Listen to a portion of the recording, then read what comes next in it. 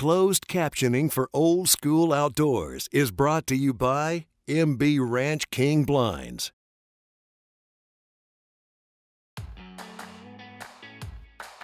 This week on Old School Outdoors, Greg Hall and Dennis Branton continue their South Dakota trip. After an amazing trip to Cheyenne Ridge, the guys head to Timber Lake Lodge to pursue a lifelong dream of harvesting a true American icon, the bison. He's a big bull. But with the big horns, I think he's going to look the best.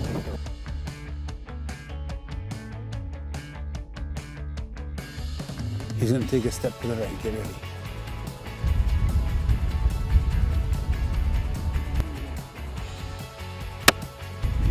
Good shot. That's as good as he gets there, boy. Yeah, I saw him.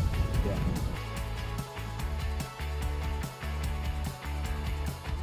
$179. Here we go. Right below the front shoulder. Oh, good shot.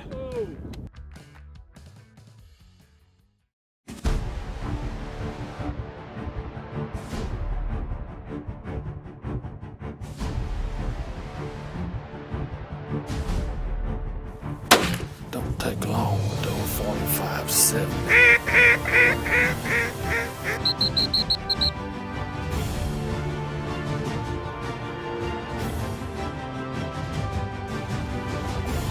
Get him, Dennis.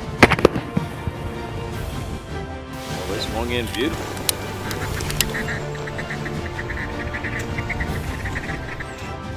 Way low, way low. There you go. That's a good shot. Perfect.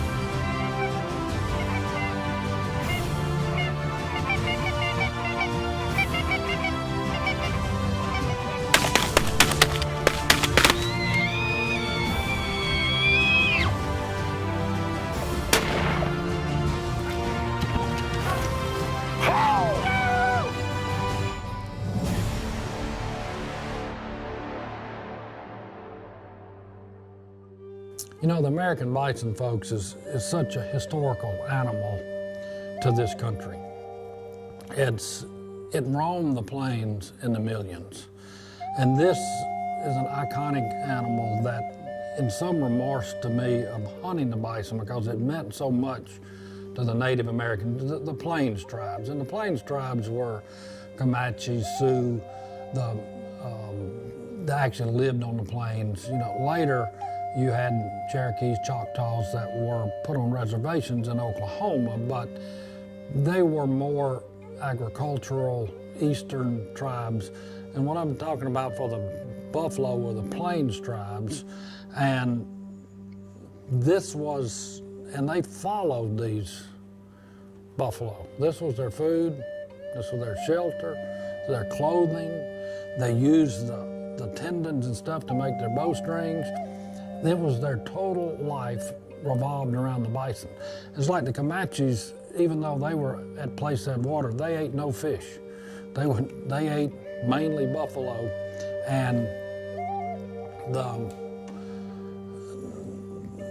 sad history of America is, in order for the Western expansion, the buffaloes were annihilated on purpose so that could starve the people out and make them go to the reservations. For that reason, I've always had this iconic, view of the buffalo, and to harvest one, I wanted it to be in this native environment, and I had searched, and I really wanted to hunt one in Texas because the buffalo herds went all the way through Texas. You know, Abilene was a big buffalo hunting area, and in all of that open plains area, there's just no more of it, because they will walk through a barbed wire fence. I mean, these are huge animals. But as the agriculture and the populations and then the overhunting in the 1800s, it just decimated the buffalo herds. But one of the stories about the buffalo herd was that Palo Duro Canyon, which is south of Amarillo, there was genetically pure gene pool of buffalo there that Charlie Goodnight preserved, and that's the Goodnight from the Goodnight Loving Trail. And he preserved those there in Paladuro Canyon. And part of that strain of buffalo had been used to restock other places in the U.S. So even though I couldn't find the free-roaming buffalo to hunt in Texas, Gardy found me this place in South Dakota, which he'd been kind of looking for years to really find the right spot. And this was, I could imagine when we were there, you're looking out and you get on a high ridge and you look out over and you see herds of buffalo. Had to be the same way it looked 150 years ago. And in that, there's old settlements where people in the early 1900s had lived, and it's just the pristine environment where the native American bison had roamed wild, and I was in the right place.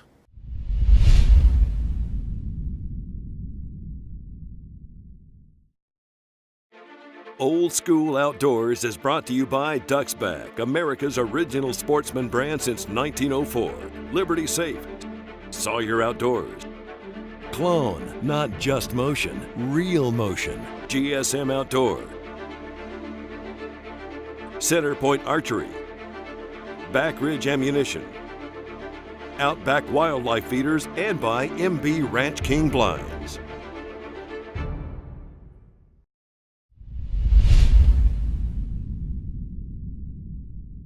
So folks, as you know from watching the show over the years, I shoot a 45-70.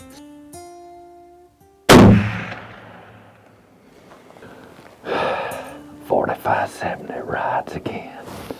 This old gun, I'm telling you, it puts them to sleep, buddy.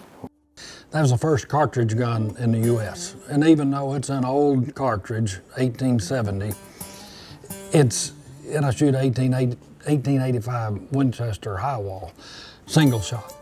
This was one of the weapons that really helped in the American conquer of the buffalo herd, because that iconic old weapon was used to hunt the iconic old animals. And so I wanted to harvest this the old school way, using my 45-70. But I wasn't sure the bullet that I used, you know, and I tried and I did some experiments here at the house. A 405 grain bullet was the original bullet that was used in the 45-70. Of course, it was all lead. And Swift made a 405 grain or 400 grain bullet, and I thought, well, would that be better suited for the buffalo? Because these are big animals, and I'm thinking the 45-70, it's kind of a slow, it's a big bullet, but traveling pretty slow. But Bill assured me that 350 grain Swift A-frame, I made that for the 45-70, specifically for the 45-70, it'll do the trick. Well, I did a little unscientific scientific test here at the Ponderosa in Louisiana. And I'm fortunate I have my reloading room here, rifle range here, and I reload every bullet I shoot. Well, I reloaded both of these bullets, and what I did, I took gallon milk jugs and filled them with water, and I put them at 50 yards, and I stacked them up end on end, because I wanted to see what the penetration was on those bullets, and then look at weight retention, because as they go through those jugs, you can actually get the bullets. And what I found was the 45-70 penetrated about double than the other bullet, the Swift, and it retained 98% of its weight, and it mushroomed out to like 3/4 of an inch. The other bullet mushroomed out to 3/4 of an inch, but it ended up weighing 239 grains, which was a lot of loss of weight, and the penetration was half. So it had a lot of energy, but it didn't have the penetration. And when you're shooting at something that's 2,000 pounds, you got to get through that thick hide and maybe bone and get into the vital areas, or what you're gonna do is wound a 2,000 pound pissed off piece of big beef that's probably gonna run you over when you're shooting a single shot and kill you. So I wanted to be sure that I had the penetration to do the job right. So I test everything I shoot, and that's what I came up with, but it's like, I've never shot anything this big. With the 45-70, I've shot elk, shot lots of deer, but this is one big beast.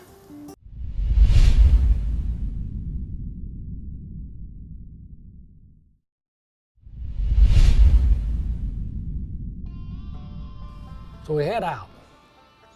It was the first morning we're there, and we get on a vista, and we're looking out, and we could see several herds of buffalo, and there was one that was like the closest, had probably 40 or 50 in the herd.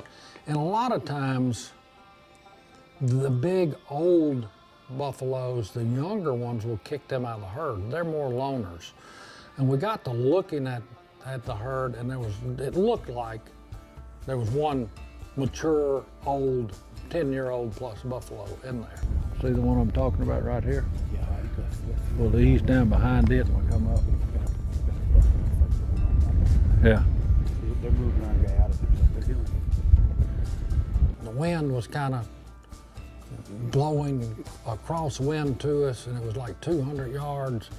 And I just didn't feel good about that shot. And I said, this, because you get that big weight, flat-ended bullet with a good crosswind, the drift is tremendous, and I just didn't want to make a bad shot. So we pulled back down the hill, and I said, look, let's go around. We'll get with the wind. That way I don't have to worry about the drift. And the elevation part, I know. Because you've got a bullet that at 500 yards drops 11 feet. The range is very critical on this bullet, and I want to be inside 200 yards. It ended up, once we kind of made a blind stalk, came over the ridge, it was like 130 yards, which is perfect. I'm zeroed at 150, and it's like, that's perfect. And the wind was behind us, so I didn't have to worry about any drift. Camera guys, y'all ready? Hold on. Kill him. I've never seen anything. It's like, I shot it, and it jumped up, hopped up, and I'm thinking, oh, but I put another bullet in. They're tough animals. Bring down, just get on him again. Let him turn just a little bit, maybe.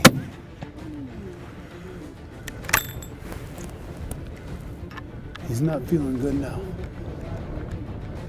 Yeah, Greg, just relax 1 second here, and we'll let him turn a little bit.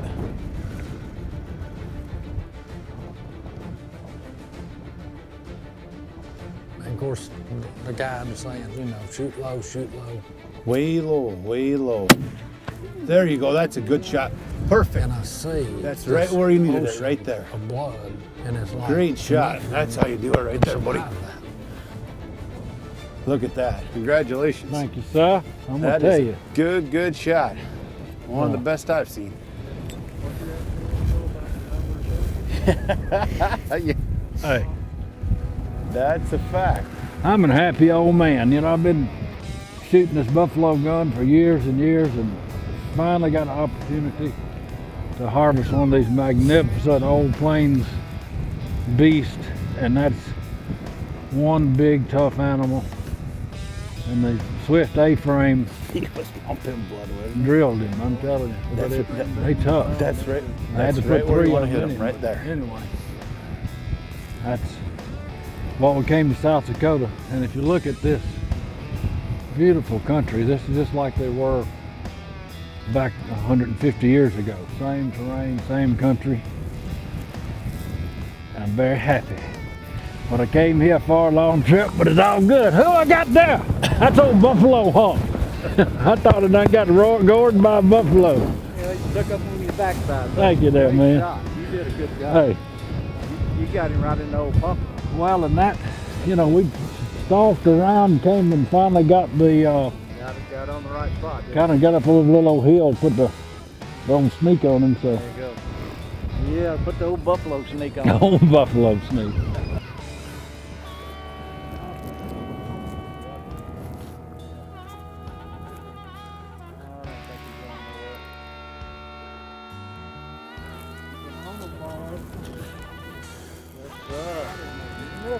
You got him.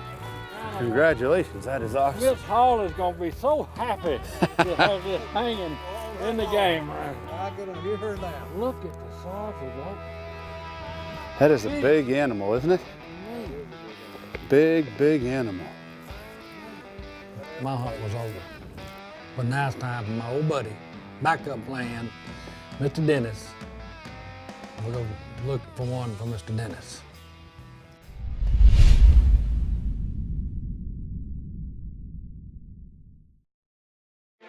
Old School Outdoors is brought to you by Ducksback, America's original sportsman brand since 1904. Liberty Safe, Sawyer Outdoors, Clone, not just motion, real motion, GSM Outdoor, Center Point Archery, Back Ridge Ammunition, Outback Wildlife Feeders, and by MB Ranch King Blinds.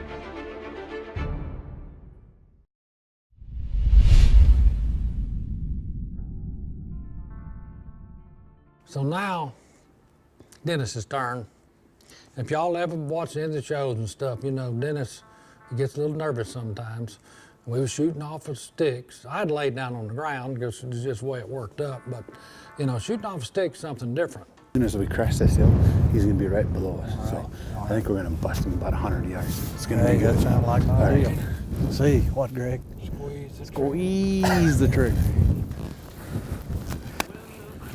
And Dennis was like 200 yards, and I'm sitting there. I'm his range finder and his statistician, and kind of calm him down a little bit. Okay, tell him just squeeze the trigger, Dennis, because he shotguns a lot. He might jerk that in his light.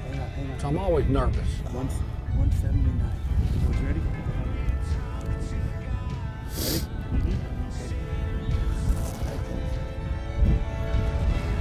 179. Let him have her. Take her a little lower than you think. Everybody's on. Yep. Here we go. Here we go. Right below the front shoulder. Oh, good shot. Oh, he's a little bronky. 166 right now. Oh, good shot. Woo! Look at that there, buddy. All right. Well, you could hear it wallop, couldn't you? Look at there, he's done. Perfect shot, Dennis. Good job. I mean, I was as happy that he made such a good shot, and you know, the old bull tussled around, put on a show, and just tore the earth up with his horns and stuff. And it's like, I'm glad he's 200 yards off and not, 20 yards, because that could have been dangerous. That's all that counted. 2 shots versus 3.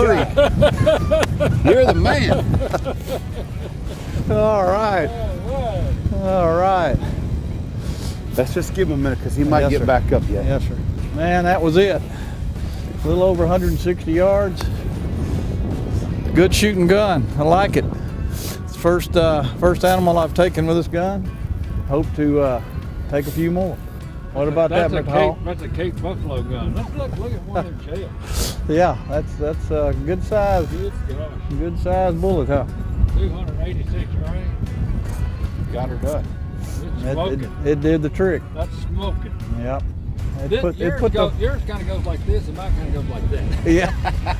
Yeah. It burned him pretty good, I believe. Looks like he's maybe down the stuff. Look how flat he is. I think I deflated him. Once again, we've had a successful hunt on Old School Outdoors.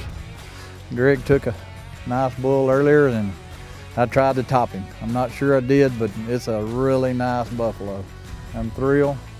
He shot a 9.3 by 62. It's the first animal I took with this gun, but it did the trick on this buffalo. It apparently got the penetration we were looking for, and hopefully he will make a wonderful mount. I'm sure he will. He's really thick, really got a heck of a big head on him, a lot of fur. He's been in the kookaburras, which will probably make a taxidermist not real happy. But otherwise, a magnificent animal. Thrilled to have him. And as Greg had said earlier, it's a wonderful place, South Dakota. It's a land that's natural to the buffalo. They've been here for many thousands of years. and this is a nice place to take them. It's really a great trip. So we'll see what we do from here. I don't know how we can top it. It's been a great day, and tomorrow will be another day, so we'll hang on for further results.